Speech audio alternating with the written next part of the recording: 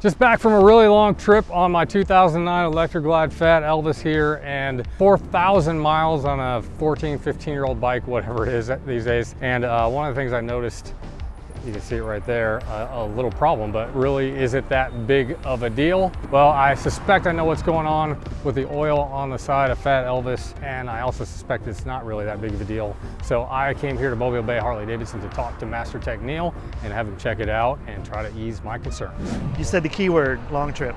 I'll get some travelers that come in here, guys that have been on the interstate for a long time, especially I-10. Performance air cleaner, every once in a while you want to perform. If you look down here, you see your breather passages.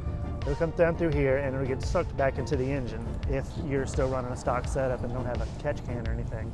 But every once in a while, it starts to pool up, so you want to goose it, suck some of that oil through.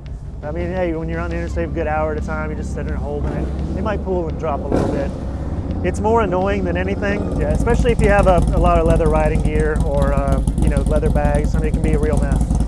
But nothing to worry about. Like I said, it is annoying. It is very annoying, and I would, before you ruin any more pants or shoes, I'd try to get something like that taken care of. A number of companies out there that make a really nice catch can. It even has one from, say, his is Fuel Moto brand. It will, instead of rerouting it back through your engine, into your intake, it will remotely store it off in a bottle, I guess, like a lot of racers use them.